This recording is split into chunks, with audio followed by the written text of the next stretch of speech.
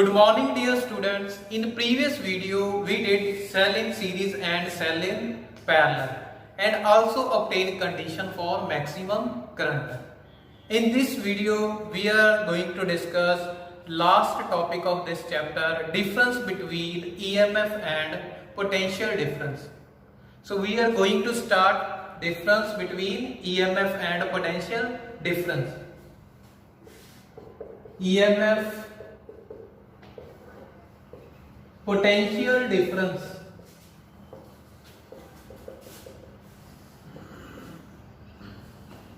सो ਆਪਾਂ डिस्कस करना वा इन्हां दोवां च डिफरेंस की है। पहला डिफरेंस ਤਾਂ ਜਿਹੜੀ ਆਪਾਂ ਡੈਫੀਨੇਸ਼ਨ ਕੀਤੀ ਸੀ ਉਹ ਡੈਫੀਨੇਸ਼ਨ ਦੇ ਵਿੱਚ ਹੀ ਆ। ਆਪਾਂ EMF ਤੇ ਕੀ ਕਿਹਾ ਸੀਗਾ ਕਿ EMF ਕੀ ਆ, ਸੈੱਲ ਦੇ ਟਰਮੀਨਲ ਦੇ ਕ੍ਰਾਸ ਕੀ ਹੁੰਦੀ ਆ, ਪੋਟੈਂਸ਼ੀਅਲ ਡਿਫਰੈਂਸ ਹੁੰਦਾ। ਕਦੋਂ? ਜਦੋਂ ਸਰਕਟ ਕੀ ਸੀਗਾ, ਓਪਨ ਸੀਗਾ। ठीक है, फर्स्ट डिफरेंस की सीगा अपने को EMF is potential difference between terminals of cells when circuit is open. जदों सर्किट ओपन हुंदा ओदे टर्मिनल ਦੇ ਕ੍ਰਾਸ, ਸੈੱਲ ਦੇ ਕ੍ਰਾਸ ਜੋ ਵੀ ਪੋਟੈਂਸ਼ੀਅਲ ਡਿਫਰੈਂਸ ਹੁੰਦਾ ਉਹਨੂੰ ਆਪਾਂ EMF ਕਹਿ ਦਿੰਦੇ ਹਾਂ। ਪੋਟੈਂਸ਼ੀਅਲ ਡਿਫਰੈਂਸ ਕੀ ਸੀਗਾ? ਇਹ ਕੀ ਸੀਗਾ? It is potential difference between, voltage ਵੀ ਕਹਿ ਸਕਦੇ ਹਾਂ, it is voltage between two points and two terminals of cells when circuit is closed। ਹੁਣ ਸਰਕਟ ਨੂੰ ਆਪਾਂ ਕੀ ਕਰਤਾ? ਕਲੋਜ਼ ਕਰਤਾ। ਪਹਿਲਾਂ ਓਪਨ ਸੀਗਾ, ਕੋਈ ਕਰੰਟ ਨਹੀਂ ਡਰਾ ਕੀਤਾ। ਹੁਣ ਆਪਾਂ ਨੂੰ ਕਲੋਜ਼ ਕਰਤਾ, ਇਹਦਾ ਮਤਲਬ ਆਪਾਂ ਉਹਦੇ ਤੋਂ ਕਰੰਟ ਡਰਾ ਕਰਦੇ ਪਏ ਆ। ਸੈਕਿੰਡ ਕੀ ਆਪਣੇ ਕੋਲ ਜਿਹੜੀ EMF ਆ, EMF ਹਮੇਸ਼ਾ ਗ੍ਰੇਟਰ ਹੁੰਦੀ ਆ ਪੋਟੈਂਸ਼ੀਅਲ ਡਿਫਰੈਂਸ ਦੇ ਨਾਲੋਂ। ਸੈਕਿੰਡ ਡਿਫਰੈਂਸ ਕੀ ਆ ਗਿਆ? EMF ਗ੍ਰੇਟਰ ਆ ਕਿਹਦੇ ਨਾਲੋਂ? ਪੋਟੈਂਸ਼ੀਅਲ ਡਿਫਰੈਂਸ ਦੇ ਨਾਲੋਂ। ਤੇ ਇਹ ਆਪੋਜ਼ਿਟ ਹੋ ਜੂਗੀ। ਆਪਾਂ ਕੀ ਕਵਾਂਗੇ? ਇਹਦੇ ਚ ਕੀ ਹੋਊਗਾ? ਜਿਹੜਾ ਪੋਟੈਂਸ਼ੀਅਲ ਡਿਫਰੈਂਸ ਆ ਉਹ ਲੈਸ ਹੁੰਦਾ ਕਿਹਦੇ ਨਾਲੋਂ? EMF ਦੇ ਨਾਲੋਂ। ਇਹ ਸੈਕਿੰਡ ਡਿਫਰੈਂਸ ਆ ਗਿਆ ਆਪਣੇ ਕੋਲ। ਥਰਡ ਡਿਫਰੈਂਸ ਕੀ ਆ ਆਪਣੇ ਕੋਲ ਕਿ ਜਦੋਂ ਆਪਾਂ EMF ਦੀ ਗੱਲ ਕਰਦੇ ਆ, EMF ਆ ਜਿਹੜਾ ਸਰਕਟ ਦੇ ਵਿੱਚ ਕੋਈ ਵੀ ਰੈਜ਼ਿਸਟੈਂਸ ਆ ਉਹਦੇ ਉੱਤੇ ਡਿਪੈਂਡ ਨਹੀਂ ਕਰਦਾ। ਕਿਉਂ ਨਹੀਂ ਕਰਦਾ? ਕਿਉਂਕਿ ਆਪਾਂ ਉਹਦੇ ਚੋਂ ਕਰੰਟ ਫਲੋ ਨਹੀਂ ਕਰਾਉਂਦੇ। ਸਰਕਟ ਕੀ ਆ? ਓਪਨ ਆ। ਜਦੋਂ ਸਰਕਟ ਓਪਨ ਹੁੰਦਾ ਇਹਦਾ ਮਤਲਬ ਸਵਿਚ ਆਫ ਆ। ਜਿੰਨੀਆਂ ਮਰਜ਼ੀ ਰੈਜ਼ਿਸਟੈਂਸ ਲੱਗੀਆਂ ਹੋਣ ਉਹਦੇ ਉੱਤੇ EMF ਡਿਪੈਂਡ ਨਹੀਂ ਕਰਦੀ। ਇਹਦਾ ਮਤਲਬ ਥਰਡ ਡਿਫਰੈਂਸ ਕੀ ਆ ਗਿਆ? EMF is independent of external resistance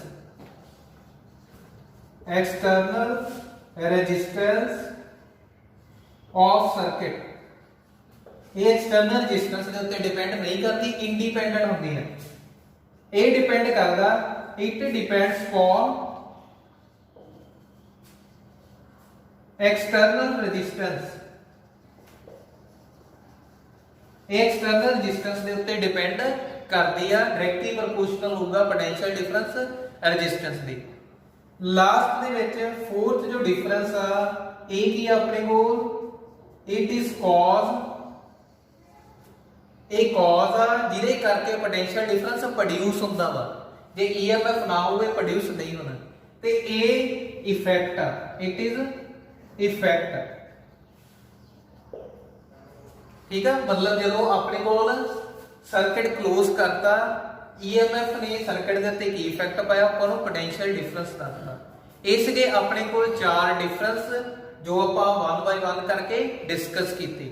ਹੁਣ ਇਸ ਤੋਂ ਬਾਅਦ ਇਸ ਚੈਪਟਰ ਦੇ ਕੁਐਸਚਨ ਇੰਪੋਰਟੈਂਟ ਨੂਮੈਰੀਕਲਸ ਆ ਜੋ ਆਪਾਂ ਡਿਸਕਸ ਕਰਨੇ ਆ। ਹੁਣ ਆਪਾਂ ਦੇਖੋ ਆਪਣੇ ਕੋਲ ਆਹ ਸਟੇਟਮੈਂਟ ਆ ਜੋ ਨੂਮੈਰੀਕਲ ਆਪਾਂ ਡਿਸਕਸ ਕਰਨਾ ਵਾ। ਇਹ ਜੋ ਨੂਮੈਰੀਕਲ ਆ ਉਹ ਰੈਜ਼ਿਸਟਿਵਿਟੀ ਤੇ ਰੈਜ਼ਿਸਟੈਂਸ ਦੇ ਫਾਰਮੂਲੇ ਦੇ ਨਾਲ ਰਿਲੇਟਡ ਆ ਜੋ ਆਪਾਂ ਇਸ ਚੈਪਟਰ ਦੇ ਵਿੱਚ ਕੀਤਾ। ਸਾਰਿਆਂ ਨਾਲੋਂ ਪਹਿਲਾਂ ਆਪਾਂ ਨੂੰ ਪਤਾ ਹੋਣਾ ਚਾਹੀਦਾ ਫਾਰਮੂਲਾ ਕੀ ਸੀਗਾ। ਫਾਰਮੂਲਾ ਕੀ ਸੀਗਾ ਆਪਣੇ ਕੋਲ, ਰੈਜ਼ਿਸਟੈਂਸ ਇਕੁਅਲ ਟੂ ਰੋ ਰੈਜ਼ਿਸਟਿਵਿਟੀ ਲੈਂਥ ਓਵਰ ਏਰੀਆ। ਇਸ ਫਾਰਮੂਲੇ ਨੂੰ ਆਪਾਂ ਯੂਜ਼ ਕਰਨਾ ਵਾ। ਔਰ ਜਦੋਂ ਵੀ ਆਪਣੇ ਕੋਲ ਇਸ ਤਰ੍ਹਾਂ ਦਾ ਨੂਮੈਰੀਕਲ ਆਉਂਦਾ ਜਾਂ ਸਟੇਟਮੈਂਟ ਆਉਂਦੀ ਹੈ ਕਿ ਕੋਈ ਕੰਡਕਟਰ ਦੀ ਰੈਜ਼ਿਸਟੈਂਸ ਜਿੰਨੀ ਮਰਜ਼ੀ ਗਿਵਨ ਆ, ਉਹਦੀ ਆਪਾਂ ਲੈਂਥ ਡਬਲ ਕਰਤੀ, ਹਾਫ ਕਰਤੀ, ਜੋ ਮਰਜ਼ੀ ਆ, ਠੀਕ ਆ, ਆਪਾਂ ਉਹਦੀ ਲੈਂਥ ਚੇਂਜ ਕਰਤੀ ਜਾਂ ਉਹਦਾ ਏਰੀਆ ਚੇਂਜ ਕਰਤਾ ਜਾਂ ਉਹਦਾ ਰੇਡੀਅਸ ਜਾਂ ਉਹਦਾ ਡਾਇਆਮੀਟਰ ਚੇਂਜ ਕਰਤਾ, ਫਾਰਮੂਲਾ ਦਾ ਆਪਾਂ ਇਹ ਯੂਜ਼ ਕਰਨਾ। ਜਿਹੜਾ ਸੈਕਿੰਡ ਕਨਸੈਪਟ ਆਪਾਂ ਯੂਜ਼ ਕਰਨਾ ਉਹ ਫਾਰਮੂਲੇ ਦੇ ਵਿੱਚ, ਉਹ ਸੈਕਿੰਡ ਕਨਸੈਪਟ ਕੀ ਆ ਕਿ ਜਿਹੜੀ ਵੋਲਿਊਮ ਆ ਉਹ ਹਮੇਸ਼ਾ ਕੰਜ਼ਰਵ ਰਹੂਗੀ। ਕਿੱਦਾਂ? ਸਪੋਜ਼ ਕਰ ਲਓ ਆਪਣੇ ਕੋਲ ਕੋਈ ਚੀਜ਼ ਆ, ਆਪਾਂ ਉਹਨੂੰ ਖਿੱਚਾਂਗੇ, ਖਿੱਚਣ ਦੇ ਨਾਲ ਕੀ ਹੋਊਗਾ, ਉਹਦੀ ਲੈਂਥ ਵੱਧ ਜੂਗੀ ਪਰ ਜਿਹੜੀ ਉਹਦੀ ਥਿਕਨੈਸ ਆ ਉਹ ਘਟ ਜੂਗੀ, ਮਤਲਬ ਏਰੀਆ ਘਟ ਜੂ, ਖਿੱਚਣ ਦੇ ਨਾਲ ਲੈਂਥ ਕੀ ਹੋ ਜੂਗੀ, ਵੱਧ ਜੂਗੀ। ਜਿਹੜੀ ਵੋਲਿਊਮ ਆ ਉਹ ਕੰਜ਼ਰਵ ਰਹੂ, ਜਿੰਨੀ ਪਹਿਲਾਂ ਸੀਗੀ ਉਨੀ ਬਾਅਦ ਦੇ ਵਿੱਚ ਰਹੂਗੀ, ਠੀਕ ਆ। ਇਹ ਫਾਰਮੂਲਾ ਆਪਾਂ ਯੂਜ਼ ਕਰਨਾ, ਮਤਲਬ ਜਿਹੜੀ ਵੋਲਿਊਮ ਆ conserve, original volume area into length किदे इक्वल होगी, new area into new length. ਇਹ ਫਾਰਮੂਲੇ ਨੂੰ ਆਪਾਂ ਯੂਜ਼ ਕਰਕੇ ਇਸ ਨੂਮੈਰੀਕਲ ਨੂੰ ਸੋਲਵ ਕਰਨਾ। ਮਤਲਬ ਆਹ ਦੋ ਫਾਰਮੂਲੇ ਆ ਜਿਹੜੇ ਆਪਾਂ ਮੇਨ ਯੂਜ਼ ਕਰਨੇ।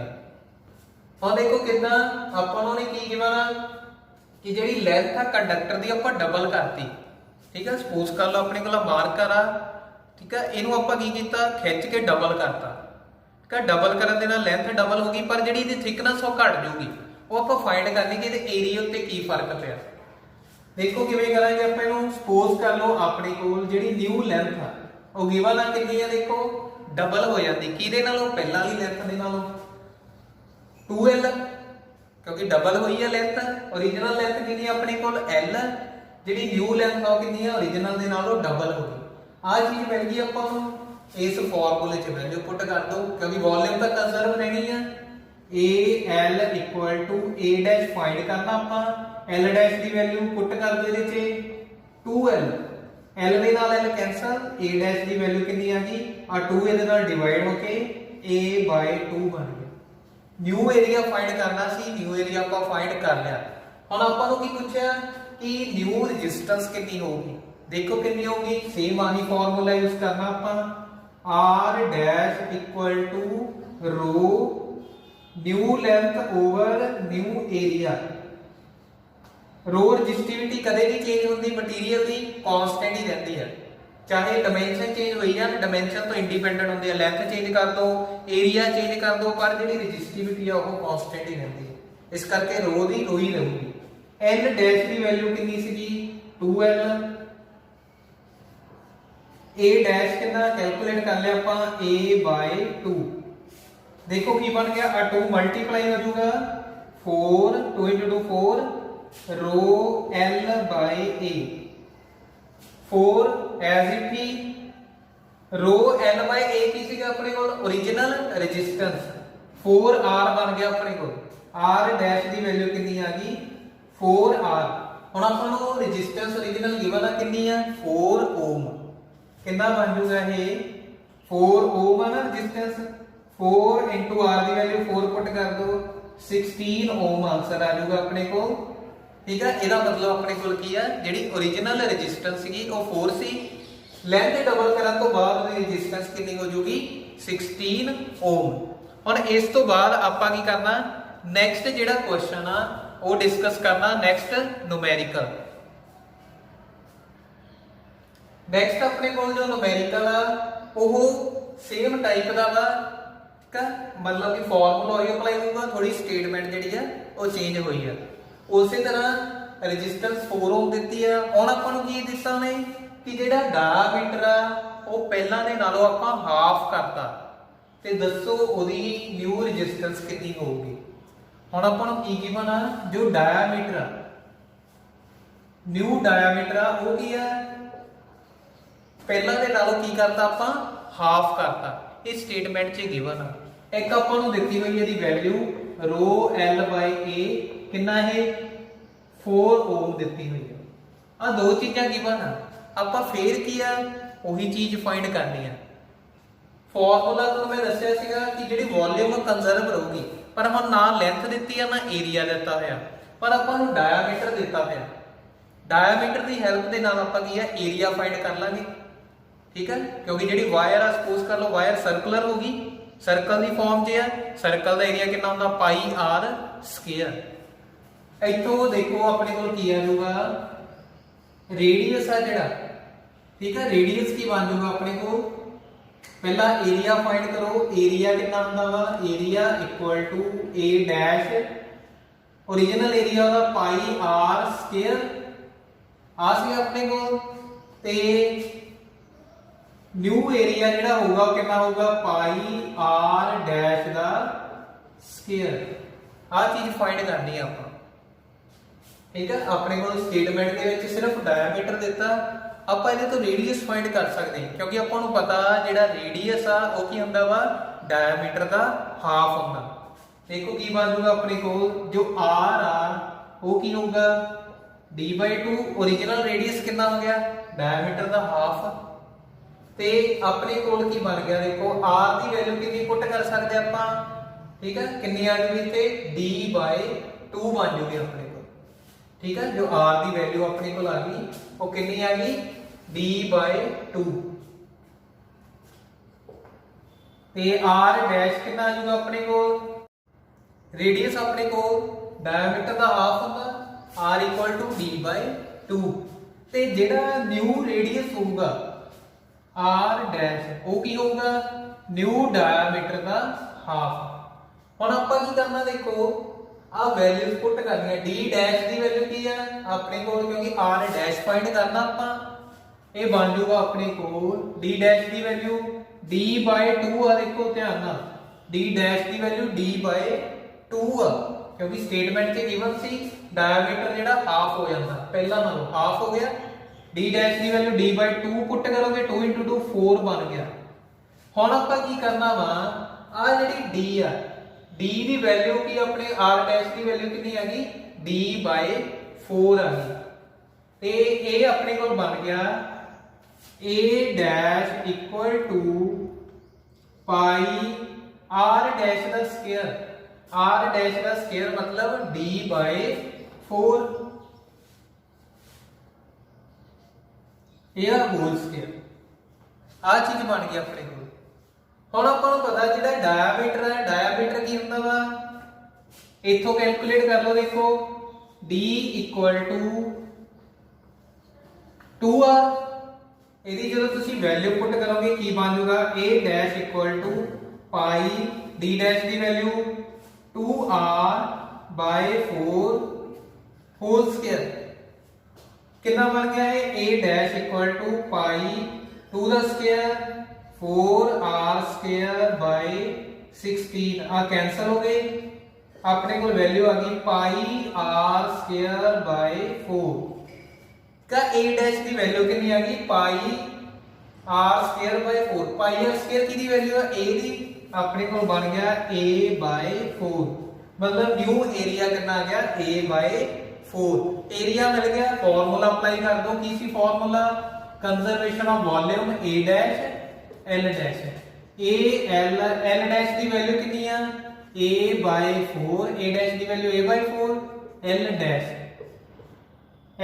कितना आ गया क्रॉस मल्टीप्लाई 4L दोवें वैल्यूज मिल गई। न्यू रेजिस्टेंस की होगी rho L/A L dash a dash rho L dash कितना 4L a डैश कितना a/4 ये बन जू रो 4 × 4 16 L/A रो L/A कितना वा 16r r की वैल्यू गिवन आपा नु 4 आंसर कितना आ गया 64 ओम आंसर आ गया अपने को का ए सी अपने को नेक्स्ट टाइप ਜਿਹਦੇ ਵਿੱਚ ਆਪਾਂ ਨੂੰ ਡਾਇਆਮੀਟਰ ਦਿੱਤਾ ਸੀਗਾ ਆਪਾਂ ਏਰੀਆ ਫਾਈਂਡ ਕਰਨਾ ਸੀ। ਆਪਾਂ ਨੂੰ ਪਤਾ ਜਿਹੜਾ ਡਾਇਆਮੀਟਰ ਆ ਉਹ ਕੀ ਹੁੰਦਾ ਵਾ रेडियस आ जाओ क्योंकि अपने को एरिया कितना सी पाई आर स्क्वायर आपा फाइंड करना सीगा ओदा रेडियस आपा नु पता रेडियस की हुंदा half of diameter new radius कितना हो गया न्यू डायमीटर का हाफ ते d डैश की वैल्यू अपने को कितनी है d/2 सी d/4 बन गया। फिर आपा r डैश की वैल्यू दे च पुट करती जिन्नी भी सीगी अपने को ਤੇ ਡਾਇਆਮੀਟਰ ਦੀ ਵੈਲਿਊ ਕਿੰਨੀ ਸੀ ਆਪਣੇ ਕੋਲ 2r, ਕਿਉਂਕਿ ਰੇਡੀਅਸ ਦਾ ਡਬਲ ਹੁੰਦਾ ਤੇ 2r ਪੁੱਟ ਕੀਤੀ। ਇਹਨੂੰ ਸੋਲਵ ਕਰਨ ਤੋਂ ਬਾਅਦ a ਡੈਸ਼ ਦੀ ਜੋ ਵੀ ਵੈਲਿਊ ਆਊਗੀ ਆਪਾਂ ਫਾਰਮੂਲੇ 'ਚ ਪੁੱਟ ਕਰਕੇ l ਡੈਸ਼ ਕੈਲਕੂਲੇਟ ਕਰਦੇ ਆ, ਫਿਰ ਆਹ ਫਾਰਮੂਲਾ ਆਪਣੇ ਕੋਲ ਨਿਊ ਰੈਜ਼ਿਸਟੈਂਸ ਕੈਲਕੂਲੇਟ ਕਰਾਂਗੇ। तो ਇਹ ਸੀਗਾ ਆਪਣੇ ਕੋਲ ਨੂਮੈਰੀਕਲ। ਜੇ ਆਪਣੇ ਕੋਲ ਇਸੇ ਦੇ ਵਿੱਚ ਪੁੱਛਿਆ ਹੁੰਦਾ what will be its resistivity, resistance ਦੀ ਜਗ੍ਹਾ ਆਪਾਂ ਨੂੰ ਪੁੱਛ ਲੈਂਦਾ ਇਹਦੀ ਰੈਜ਼ਿਸਟਿਵਿਟੀ ਕਿੰਨੀ ਹੋਣੀ ਸੀਗੀ, ਫਿਰ ਕੀ ਹੋਣਾ ਸੀਗਾ ਜਦੋਂ ਰੈਜ਼ਿਸਟਿਵਿਟੀ ਪੁੱਛੀ ਹੁੰਦੀ ਆਪਾਂ ਹੁਣੀ ਗਿਆ ਰੈਜ਼ਿਸਟਿਵਿਟੀ ਦਾ ਡਾਈਮੈਂਸ਼ਨ ਚੇਂਜ ਹੋਣ ਦੇ ਨਾਲ ਕੋਈ ਇਫੈਕਟ ਨਹੀਂ ਪੈਂਦਾ, ਸੇਮ ਹੀ ਰਹਿਣੀ ਸੀਗੀ। ਠੀਕ ਹੈ, ਆਪਾਂ ਕੀ ਕਵਾਂਗੇ ਜਾਂ ਕਿ ਉਹਨੇ ਰੇਡੀਅਸ ਜਾਂ ਡਾਇਆਮੀਟਰ ਹਾਫ ਡਬਲ ਟ੍ਰਿਪਲ ਜੋ ਮਰਜ਼ੀ ਕੀਤਾ ਹੋਵੇ, ਲੈਂਥ ਡਬਲ ਟ੍ਰਿਪਲ ਹਾਫ ਜੋ ਮਰਜ਼ੀ ਕੀਤੀ ਹੋਵੇ, ਇਹਨਾਂ ਦੇ ਚੇਂਜ ਹੋਣ ਦੇ ਨਾਲ ਰੈਜ਼ਿਸਟਿਵਿਟੀ ਕਦੇ ਵੀ ਚੇਂਜ ਨਹੀਂ ਹੁੰਦੀ। ਰੈਜ਼ਿਸਟਿਵਿਟੀ ਹਮੇਸ਼ਾ ਕਾਂਸਟੈਂਟ ਰਹੂਗੀ। ਠੀਕ ਹੈ, ਕਿਉਂਕਿ ਰੈਜ਼ਿਸਟਿਵਿਟੀ ਡਾਈਮੈਂਸ਼ਨ ਦੇ ਉੱਤੇ ਡਿਪੈਂਡ ਨਹੀਂ ਕਰਦੀ। ਇਹ ਸੀ ਅੱਜ ਦਾ ਲੈਕਚਰ ਜਿਹਦੇ ਵਿੱਚ ਆਪਾਂ ਚੈਪਟਰ ਨੂੰ ਖਤਮ ਕੀਤਾ ਤੇ ਕੁਝ ਇੰਪੋਰਟੈਂਟ ਨੂਮੈਰੀਕਲ ਜੋ ਇਹਦੇ 'ਚ ਡਿਸਕਸ ਕੀਤੇ। ਥੈਂਕਸ।